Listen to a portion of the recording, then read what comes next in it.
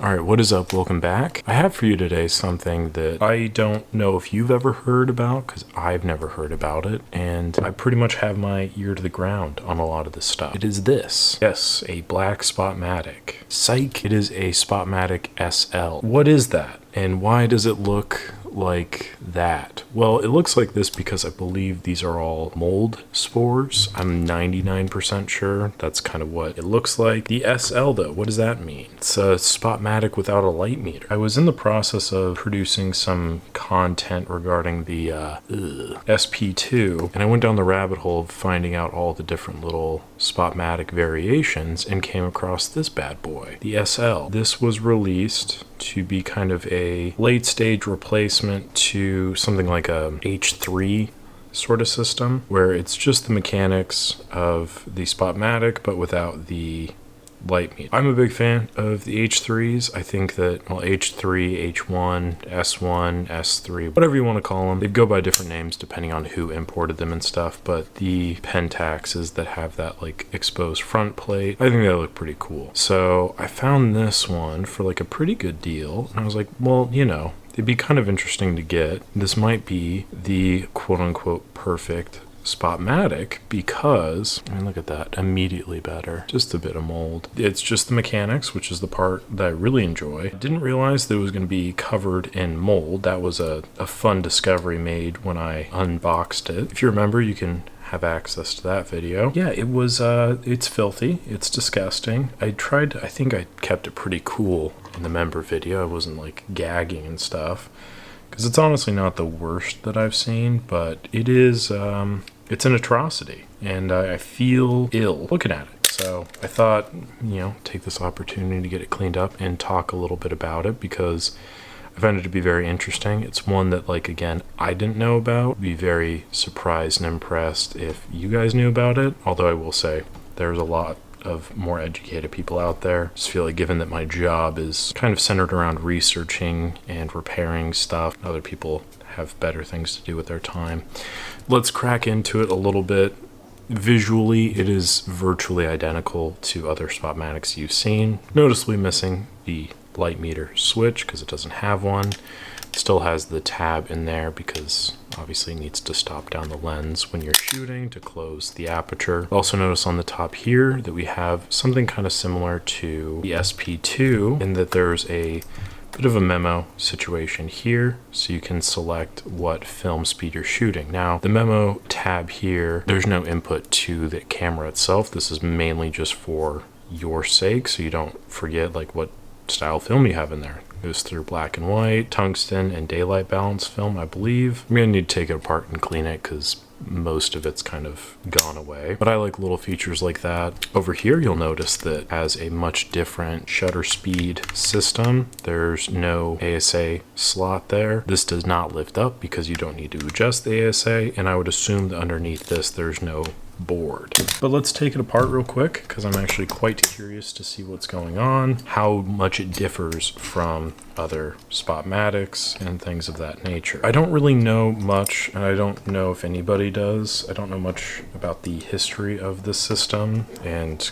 the point behind it, but my presumption would be that it's something of like a affordable option that might not be able to get into it otherwise, or I don't know. I don't really understand the desire behind this model, like who this services or what the function of it is in the greater Pentax lineup. I've made no bones about the fact that I think that the Spotmatic mechanism itself is one of the best, most time-tested cameras. So to see one that like just plays into those strong suits, being the mechanical portion of it, I thought, hey, this would be a great get. This would be interesting. This could be a compelling piece of history. And then the next day, after I purchased this, I met up with somebody who recognized me on the street and gave me a bunch of free cameras, one of which was the H3V, and it has the self-timer on the ASA column, essentially. And it's been like a dream camera of mine for quite a bit of time because, again, interesting, and it's all mechanical, and all of these other things that I'm just a complete sucker for. So I felt very foolish for buying this when I was getting that but I didn't know I was getting that. So anyway, doesn't matter. This is really a dumb purchase and didn't need to be made. But now that I have it, I'm kind of excited to take it apart and see exactly what a Spotmatic looks like underneath the hood here without the meter. I would assume it's essentially the same thing, just with fewer components. To top it off, it answers an age-old question I've had, which is, what camera could you fit the most of a hot pocket into? And I honestly think this would be a strong contender. I mean, look at this. It is vastly open of space. There's no board here. This is disgusting though. I mean, it's like sludginess. It still has the same holes here to run a power contact through. Obviously still has a self-timer system there, but it's just a much more boiled down, bare bones version of a Spotmatic. And it also still has a slot here for your galvanometer, but that's walled off there. Interesting. And there's no photo cells or nothing. I mean, obviously there isn't. That's not too shocking, but overall, I'm just like, it's interesting. It's uncanny is how I would describe it.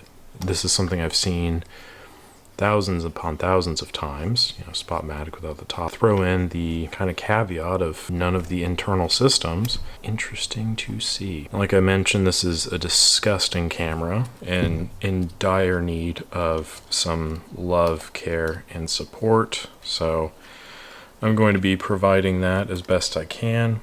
What is the purpose of this camera? I don't really know.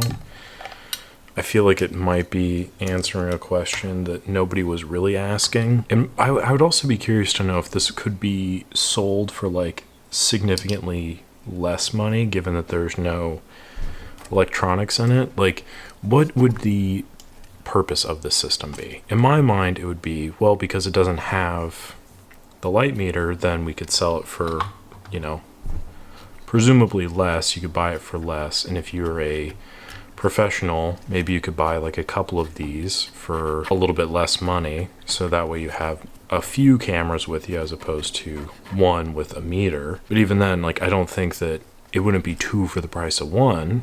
Otherwise, I feel like this would have been much more successful. It's odd to me. Like, I can't think of, there's no OM1 without the meter. There's no MX without the meter. There's no, I'm trying to think of like an old, like an FT or like a TX. Like, there's no TX without the meter. There's no any of that. Like, I think this is the only version of these cameras that's like a classic mechanical driven system without a meter. I find that to be unique, I suppose. I find it to be disgusting as well. I mean, this is filthy. I think I'll get it all kind of swabbed out. I'm gonna repaint the shutter speeds and stuff, and I think that will help out quite a bit too, just make it pop more. I'm also noticing that on the front here, they get this like cigarette smoke yellowing going on. So fill that back in, really make the SL pop, because I think that's kind of cool. And you'll also notice that there is a tab where there's like a little metal disc glued in there, and this would be, typically that is open, because it's access to the variable resistor if you needed to make quick adjustments to the meter for whatever reason. And you also want to have the top on if you're making adjustments to the meter, because the photo cells still take in light. They're not just through the prism. If you have the top off, the light is coming in still from the top being off. I think what I should do next time I get like a really gross camera, I'll do like a little over-under. Like, how many Q-tips do you think it's going to take to get this all cleaned off? You guys can place bets and stuff. For this, my over-under probably would have been under 5, and I'm at 4 right now. It's always hard to tell, because sometimes the gunk is really caked on. There's like layers of it. It's like a prehistoric dig or something of that sort. And I've not even messed with the bottom yet. So that's about it, I think. I just wanted to talk about this because it's a really unique system in general. And it's not one that I've heard or seen much about. Like I said, the only reason I even found out about it is because I was digging into the SP2, which I thought that there would be more information about, but there really isn't, which is interesting. If anyone knows more stuff about this or the SP2, feel free to comment that down below. If I am a complete moron and am missing something drastically important about this, again, feel free to share that as well. I don't think this is like the rarest of rare cameras, but this was one of the few that I found that was black, and I think that looks kind of cool. When cleaning the mirrors off of like older Spotmatic bodies, you want to use like less harsh liquids, no like alcohol or acetone or anything, because that could actually strip the mirrored coating or whatever. Just a little word to the wise there. And then in terms of this, oh, that pops out perfectly. I was gonna say, because this was also quite filthy and very wet too, which was unsettling. Numbering is orange and white here, so I'll have to fill this in. I've got a little orange paint stick that I haven't used yet, so I'll break that in on these. Ooh, whoa, happy to see you there. Ooh, and then this I'm hoping kind of cleans off a little bit more. I think I might be on the over for 5. Damn. So I think that could be a fun game though. I don't think I would do too well. I always overestimate the functionality of these things. Take some time to get it back to mint status, and then yeah, I'll probably end up shooting with it because it is interesting. It's not like the coolest thing in the world. It's just Spotmatic, literally, that I'm just gonna have to meter with like my phone or something. It's not like revolutionary by any measure. I thought it'd be worth talking about.